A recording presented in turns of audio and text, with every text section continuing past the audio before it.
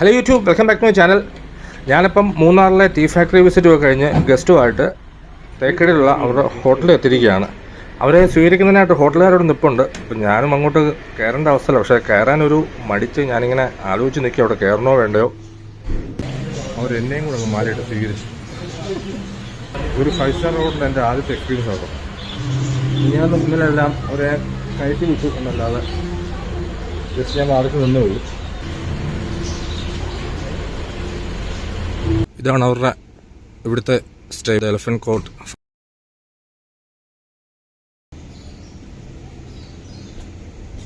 നിങ്ങളിത് ഇത് കണ്ടോണേ, ഇത് നോക്കിക്കോണേ. പറ്റിച്ച് കമോൺ ബേബി.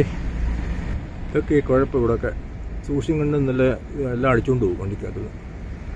നീ നോക്കണ്ട, അവിടെ ഒന്നും ഇല്ല. ഓ എന്നാ കേട്ടോ.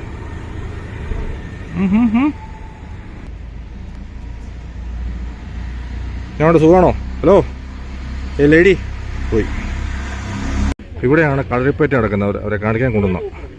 അങ്ങനെ ഞങ്ങൾ ടിക്കറ്റ് എടുത്ത് അകത്ത് കയറി. കഥപുസ്തകങ്ങൾ വായിച്ചിട്ടുള്ള ആ സംഭവം ഞാൻ ആദ്യമായി നേരിൽ കാണും.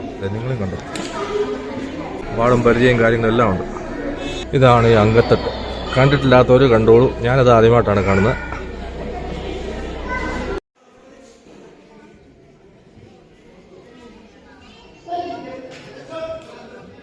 പ്രോഗ്രാം തുടങ്ങാൻ സമയമായെന്നാണ് തോന്നുന്നത്. അവർ അതിൻ്റേതായ കാര്യങ്ങളൊക്കെ ചെയ്യുന്നുണ്ട്. പാക്ഡ് ഹൗസാണ് ടൂറിസ്റ്റുകളെ കൊണ്ട്. എനിക്ക് തോന്നുന്നു കൂടുതലും നോർത്ത് ഇന്ത്യൻസും ഫോറിനേഴ്സും ആയിരിക്കുന്ന മൊത്തം. എത്ര എഫേർട്ട് എടുത്ത് വേണം പഠിക്കണതല്ലേ കളരിപ്പേറ്റ്. അവർക്ക് പരിക്കേക്കാറുണ്ടെന്ന് തോന്നുന്നു. അവരുടെ ബോഡിയിലൊക്കെ അങ്ങനെ കാണാം പരിക്കിൻ്റെ.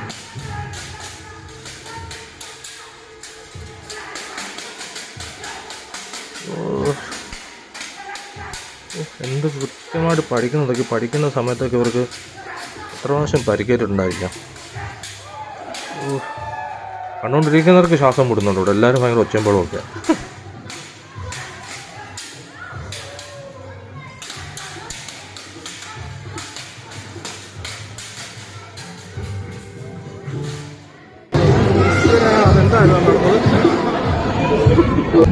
ഇത് അതിലും വലിയ ഐറ്റം തോന്നുന്നു കേട്ടോ.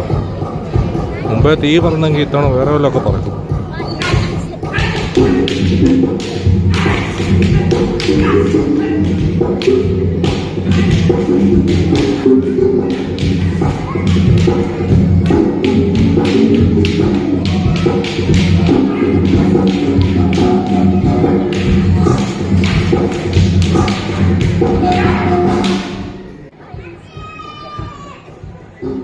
എൻ്റെ തൊട്ട് മുന്നിരിക്കുന്ന ബ്ലൂ ഷർട്ട് ഈ കുഞ്ഞ് നമുക്ക് ഏറിയപ്പം പോലെ ഇവരെ ഈ തുടങ്ങിയ മുഴുവന് അങ്കത്തായിട്ട് ഇറങ്ങാൻ ഇങ്ങനെ വിമ്മിഷ്ടപ്പെട്ടിരിക്കും. ഭയങ്കര ഒച്ചമ്പോഴും. അവന് കളിക്കാൻ ഇറങ്ങിപ്പോകാനെന്ന് തോന്നുന്നു. അവന് ഭയങ്കരമായിട്ട് ഇഷ്ടപ്പെട്ടു ഇവരെ.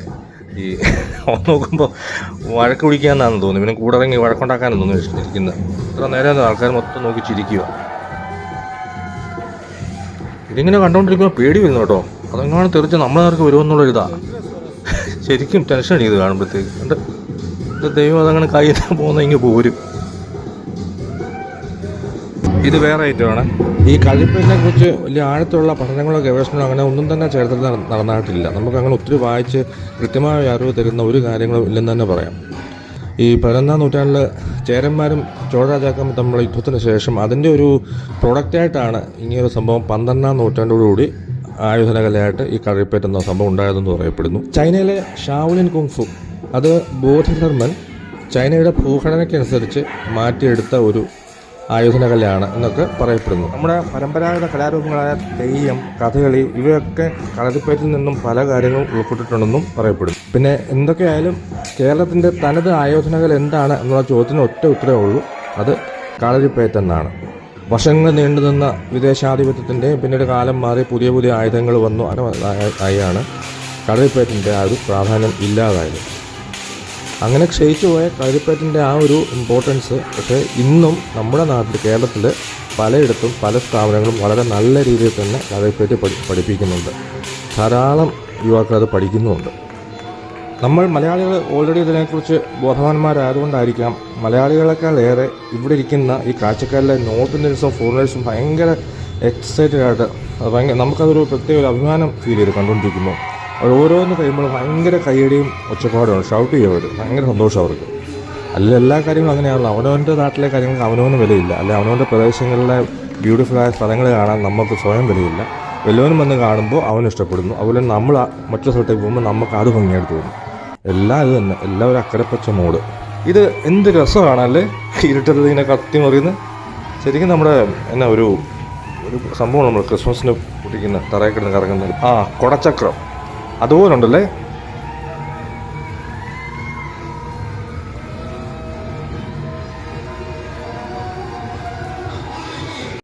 അങ്ങനെ കളരിപ്പയറ്റ് ഇവിടെ കഴിഞ്ഞു. അപ്പം കളരിപ്പയറ്റും കാര്യങ്ങളൊക്കെ കഴിഞ്ഞു. ഇനി ഇവിടുന്ന് ഇവരെ റൂമിലാക്കിയിട്ട് ഞാൻ എൻ്റെ റൂമിലേക്ക് പോകും. നാളെ രാവിലെ എനിക്ക് അവരെ കൊണ്ട് തേക്കടിയിൽ ബോട്ടിങ്ങിന് പോകണം. Very good. You like it really? Thank you. ബോട്ടിങ്ങിനായിട്ട് ഇവിടെ രാവിലെ 6:30 റിപ്പോർട്ട് ചെയ്യണമായിരുന്നു. അപ്പം ഞാൻ രാവിലെ എഴുന്നേറ്റ് പോകുന്നു. പാർക്കിംഗ് ഏരിയയിലാണ് നമ്മൾ വെയിറ്റ് ചെയ്യുന്നത്. അവിടുന്ന് പെരിയാർ ടൈഗർ റിസർവിൻ്റെ ഫോറസ്റ്റിൻ്റെ വകുപ്പുള്ള ബസ്സിൽ നമ്മളെ പിക്ക് ചെയ്തുകൊണ്ട് ലേക്കിങ്ങിൻ്റെ ബോട്ടിങ്ങിൻ്റെ അങ്ങോട്ടേക്ക് കൊണ്ടുപോകും. ഇവിടെ എത്തിയപ്പോഴത്തേക്കും ഇഷ്ടം പോലെ ആൾ. കുറേ നേരം വെയിറ്റ് ചെയ്തിട്ടാണ് അവിടുന്ന് ഇവിടം വരെ വരാൻ പറ്റിയത്. അതിനിടയ്ക്കാണെങ്കിൽ എൻ്റെ ടിക്കറ്റിൻ്റെ കാര്യത്തിൽ ഒരു ചെറിയ കൺഫ്യൂഷൻ കൂടെ ഉണ്ടായിപ്പോയി. 2008 ഞാൻ ആദ്യമായിട്ട് ഇവിടെ ബോട്ടിങ്ങിന് വരുന്നത്. പിന്നീട് ഇപ്പോഴാണ് വരുന്നത്. പിന്നെ ഇതൊന്നും വലിയ താല്പര്യമുള്ള കാര്യമേ അല്ല ഇങ്ങനെ ഈ ആൾ കൂടുന്നിടത്ത് പോയിക്കൊണ്ടിരിക്കുന്നത്. അല്ലാതെ കാട്ടി ട്രക്കിങ്ങിനും മറ്റും പോകാറുണ്ട്. അതുകൊണ്ട് അതാണ് ഒന്നുകൂടെ താല്പര്യം. ഇങ്ങനെ ഈ ബോട്ടൊക്കെ കയറി കണ്ടുകൊണ്ടിരിക്കുന്നൊന്നും ഒരു തരത്തിലും എനിക്കിഷ്ടമല്ല, താല്പര്യമേ തോന്നിയിട്ടില്ല. പിന്നെ ഇവരോട് ആയതുകൊണ്ട് വന്നതാണ്. 2ആയിട്ടാണ് ടിക്കറ്റ് തന്നിരിക്കുന്നത്, 2 ബോട്ടിലായിട്ട് 8 പേർക്ക്. അപ്പോൾ അതിൽ ഒന്നിനകത്ത് എവിടെയാണെന്ന് ഇപ്പോഴും കൃത്യമായിട്ട് അറിയുന്നില്ല. അത് എന്താ സംഭവിച്ചതെന്ന് ഞങ്ങൾക്കും അറിയത്തില്ല, പെരിയാർ ടൈഗർ റിസർവിൻ്റെ ഒഫീഷ്യൽ അവർക്കും അറിയത്തില്ല. ഒടുവിൽ അവരെന്നത് എങ്ങനെയോ ശരിയാക്കി ഞാനകത്ത് കയറി. My seat is here. ഇതൊന്നും ഇടാൻ പെട്ട പാട്. ഏറ്റവും ഫ്രണ്ടിൽ തന്നെ കിട്ടി സീറ്റ്. ഇന്നലെ ലേറ്റായിട്ട് കിടന്ന് പിന്നെ രാവിലെ 5 മണിക്ക് എഴുന്നേൽക്കുകയും ചെയ്തു. അതിൻ്റെ ഞാൻ തോന്നുന്നു നല്ല ക്ഷീണം ഇപ്പം. കഴിഞ്ഞ 2 വർഷമായിട്ട് ഞാൻ ഈ ഒറ്റയ്ക്കുള്ള എൻ്റെ യാത്രകളൊക്കെ തുടങ്ങുന്നതിന് മുമ്പ് വർഷങ്ങളോളം ഞാനും എൻ്റെ 2-3 ഫ്രണ്ട്സുണ്ട്. ഞങ്ങളിങ്ങനെ ഇതുപോലുള്ള സ്ഥലങ്ങളൊന്നും വരാറേ ഇല്ല. ഞങ്ങൾ കാട്ടിൽ ട്രെക്കിങ്ങിന് പോകും. അത് ചെറിയ പാക്കേജ് എടുത്തായിരിക്കും. ചിലപ്പം ഒരു ഡേ ഫുള്ള് പെരിയാർ ടൈഗർ റിസർവിൽ പോയിട്ടുണ്ട്. അങ്ങനെ 2-3 അടുത്ത് പോയിട്ടുണ്ട്. പിന്നെ അല്ലാതെ നമ്മൾ ചെറിയ ട്രെക്കിങ്ങുകളാണല്ലോ ഒക്കെ എടുക്കും, ചെറിയ ചാർജിൽ എടുക്കുക, പോവുക. അങ്ങനെ കാടിനെ അറിഞ്ഞ് പ്രകൃതിയെ വേറെ രീതിയിൽ സീരിയസ് ആയിട്ട് സമീപിക്കുന്ന രീതി വന്നാൽ പിന്നെ എനിക്ക് ഒത്തിരി പേര് കൂട്ടം കൂടി പോകുന്നു. നമ്മൾ അതിലെ പൊടി സൂസൈഡ് പോയിന്റുകൾ കാണുന്നു, അല്ലെങ്കിൽ വ്യൂ പോയിന്റുകൾ കാണുന്നു. അതിനകത്തൊന്നും എനിക്ക് ഒരു തരത്തിലും ഒരു എൻജോയ്മെൻ്റ് ഇല്ല.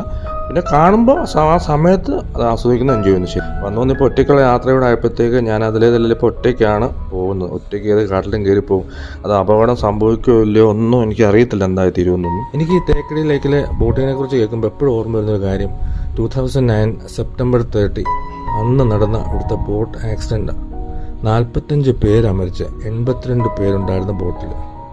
നമ്മളിപ്പോൾ ഈ യാത്ര ചെയ്യുന്ന പോലെ ഈ പ്രകൃതിയും കണ്ട് മനസ്സമാനത്തോടെ സന്തോഷത്തോടെ കുറച്ചു നേരം ചിലവഴിക്കാൻ വന്ന നിരപരാധികളായ കുറേ ആൾക്കാർ, 82 പേരുണ്ടായിരുന്നു. ഡൽഹിയിൽ നിന്നും കൊൽക്കത്തയിൽ നിന്നൊക്കെ ഉള്ളവരാണ് ഏറ്റവും കൂടുതൽ മരിച്ചവരിൽ. 45 പേരെ കൊന്നു എന്ന് തന്നെ വേണം പറയാൻ. കാരണം ഒരൊറ്റ ഒരാൾക്ക് ഒരു ലൈഫ് ജാക്കറ്റ് ഇല്ലായിരുന്നു. അന്ന് വരെ ലൈഫ് ജാക്കറ്റ് പ്രൊവൈഡ് ചെയ്യുന്നില്ല, സേഫ്റ്റി ജാക്കറ്റ് ഇല്ല. എന്തോ ഇതാണ് നമ്മൾ എന്ത് ഡെവലപ്മെൻറ്റിൻ്റെ കാര്യം, എത്ര ഡെവലപ്മെൻറ്റ് നടത്തുന്ന പറഞ്ഞാൽ വല്ല കാര്യമുണ്ട്. മനുഷ്യജീവന് തെരുവുപട്ടിയുടെ വില പോലും ഇല്ലാത്തൊരു സ്ഥലമാണ് നമ്മുടെ നാട്. അത് പറയാതിരിക്കാൻ പറ്റത്തില്ല. സത്യമല്ല, നമുക്കില്ലാത്ത വിലയാണ് പട്ടിക്ക് പോലും. സേഫ്റ്റി ജാക്കറ്റ് പോലും കൊടുക്കാതെ. പിന്നെ അതിനൊപ്പം തന്നെ നമുക്കും നമ്മുടേതായ കുഴപ്പം കൊണ്ട് മിക്കവാറും പേർക്ക് നിയമം അനുസരിക്കുന്ന വലിയ ബുദ്ധിമുട്ടാണ്. ആ ഹെൽമെറ്റ് വെക്കുന്ന സമയത്തും പ്രശ്നം. അതുപോലെ തന്നെ ഈ ലൈഫ് ജാക്കറ്റ് വെച്ചാൽ എൻ്റെ ഒരു സുഹൃത്ത് പോലെ യാത്രയ്ക്ക് പോയിട്ട് കൊണ്ട് പറഞ്ഞായിരുന്നു. കുറേ നോർത്ത് ഇന്ത്യൻസ് അവരൊരു തരത്തിലും ലൈഫ് ജാക്കറ്റ് ഇടാനൊർ സമ്മതിക്കത്തില്ല. പിന്നെ അവരെ ഒരു വിധത്തിൽ ഇടിപ്പിക്കുകയായിരുന്നു. പിള്ളേർക്ക് ഇങ്ങനെ മേളത്തെ ഡെക്കിലൂടെ ഓടിച്ചാടി നടക്കുന്നു. ഇവരും എഴുന്നേറ്റ് മുന്നോട്ട് പോകുന്നു. ഇതൊരു 2-3 വർഷം മുമ്പ് കേട്ടോ. ഇപ്പോൾ എങ്ങനെയാണെന്ന് എനിക്കറിയത്തില്ല. ഞാനിപ്പോൾ ഇതിനകത്ത് കണ്ടത് നല്ല പെർഫെക്റ്റായിട്ട് അവർ എല്ലാവരും ജാക്കറ്റും ധരിപ്പിച്ച് എല്ലാവരും വളരെ അനുസരണയോടെ ഇരിപ്പുണ്ട്. ബോട്ടിങ്ങിനിടെ ഈ ലേക്കിൽ കാണുന്ന ഈ മരത്തിൻ്റെ അവശിഷ്ടങ്ങളുണ്ടോ? 100 വർഷങ്ങൾക്ക് മുമ്പ് മുല്ലപ്പെരിയാർ ഡാം പണിത് 1895. അന്ന് ഡാം പണിതിൻ്റെ ഭാഗമായിട്ട് അല്ലെങ്കിൽ ഡാം പണിതിന് ശേഷം ഈ പെരിയാറിൻ്റെ ഒഴുക്ക് അങ്ങ് നിലച്ച് ഇവിടെ ഒരു റിസർവോയർ ഉണ്ടായി. അങ്ങനെ ഏക്കർ കണക്കിന് കാടാണ് വെള്ളത്തിനടിയിലായത്. അതായത് മരങ്ങൾ വെള്ളത്തിനടിയിലായി. പിന്നീട് അത് അഴുകി ചീഞ്ഞ് അതിൻ്റെ അവശിഷ്ടങ്ങൾ പക്ഷേ ഇന്നും നിൽപ്പുണ്ടെന്നാണ്. എത്ര വർഷം പഴയം ചിന്തിച്ചു നോക്കുന്നത്. 1895 മുല്ലപ്പെരിയാർ ഡാം പണിതത്. അതിൻ്റെ ഫലമായിട്ടുണ്ടായ ഈ റിസർവോയറിൽ ഇപ്പോൾ നമ്മൾ ഈ യാത്ര ചെയ്യുമ്പോൾ കാണുന്ന ഈ മരത്തിൻ്റെ അവശിഷ്ടങ്ങൾ അത്രയും പ്രായമുള്ള 100 വർഷത്തിലേറെ. സേഫ്റ്റി ജാക്കറ്റിനകത്ത് ട്രാപ്പായിരിക്കുക കഴുത്ത്, അങ്ങോട്ടും ഇങ്ങോട്ടും അനക്കാൻ പറ്റത്തില്ല.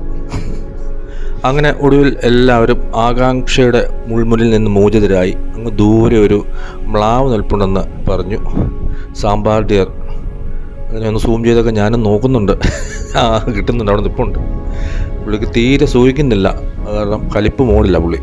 ബോട്ടിംഗ് ഒക്കെ കഴിഞ്ഞ് ഗസ്റ്റുമായിട്ട് ഞങ്ങൾ വണ്ടിപ്പെരിയാർ, കുട്ടിക്കാനം, കാഞ്ഞിരപ്പള്ളി, പാല, ഏറ്റുമാർ, കല്ലറ, മുഹമ്മ വഴി ആലപ്പുഴയിൽ മാരാരിക്കുളം ബീച്ചിലെത്തി. മാരാരിക്കുളം ബീച്ചിൽ അത് അധികം നിന്നൊന്നുമില്ല.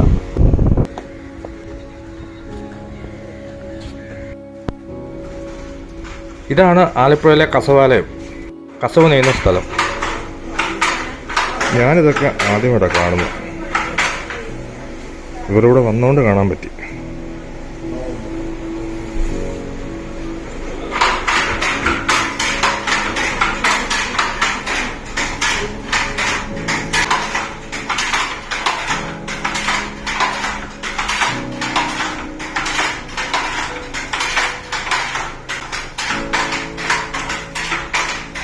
നമുക്ക് ഇഷ്ടപ്പെട്ട് ഇവിടുന്ന് മേടിക്കുകയും ചെയ്യാം. അവരിവിടെ കയറിയിട്ടുണ്ട് മേടിക്കാനായിട്ട്.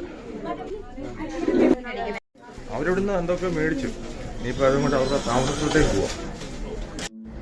പിന്നീട് ഞങ്ങൾ അവരെ അവിടുന്ന് ഉദയ് ബാക്ക് വാട്ടേഴ്സ് റിസോർട്ടിലേക്ക് കൊണ്ടുവന്നു. അത് ആലപ്പുഴയിലെ ജവഹർലാൽ നെഹ്റു ട്രോഫി വള്ളംകളിയില്ലേ, അത് നടക്കുന്നതിന് അടുത്തായിട്ടുള്ള ഫിനിഷിംഗ് പോയിന്റ് അവിടെയാണ് ആ ഹോട്ടൽ. രാവിലെ വരെ ഹോട്ടലിൽ പോയി പിക്ക് ചെയ്തു. ഇനി നേരെ കൊച്ചിക്ക് പോവാണ്. പോകുന്ന വഴിയിൽ ആലപ്പുഴയിലെ കയർ ഫാക്ടറി, ഗവൺമെന്റ് അതിൻ്റെ മ്യൂസിയവും കാര്യങ്ങളും എല്ലാം കൊണ്ട് കാണിച്ചു. ഇനിയിപ്പോൾ നേരെ കൊച്ചിയിലോട്ടാണ്. കൊച്ചിയിലെത്തി അവിടെ കുറച്ച് അവർ പർച്ചേസൊക്കെ ഉണ്ടായിരുന്നു. അതെല്ലാം കഴിഞ്ഞ് ഉച്ചയ്ക്ക് ലഞ്ച് ഇവിടെ ഇടപ്പള്ളിക്ക് അടുത്താണ് ഈ യമനി റെസ്റ്റോറൻറ്റ്. പേര് ഞാനിപ്പം മറന്നുപോയി. നല്ല സൂപ്പർ ഫുഡ് കേട്ടോ, അടിപൊളി ഫുഡാണ് ഇവിടുത്തെ. അപ്പം ഇനിയിപ്പോൾ ഇവിടുന്ന് ഞാൻ ഇവരെ നേരെ എയർപോർട്ടിൽ കൊണ്ടാക്കുന്നു. അതോടുകൂടി എൻ്റെ ഈ യാത്ര ഇവിടുത്തെ കഴിയുകയാണ്. പിന്നെ ഈ ഒരു ഏരിയയിലുള്ള ഞാനിത് അധികം കവറും ചെയ്തിട്ടില്ല. ഞാൻ ഈ കാടും വീടും കൊണ്ട് നടക്കുന്ന ആളായതുകൊണ്ട് തന്നെ ഈ കൊച്ചി എൻ്റെ പരിസര പ്രദേശം അങ്ങനൊന്നും എനിക്കെന്തോ അത് വീഡിയോ എടുക്കാൻ തോന്നിയില്ല.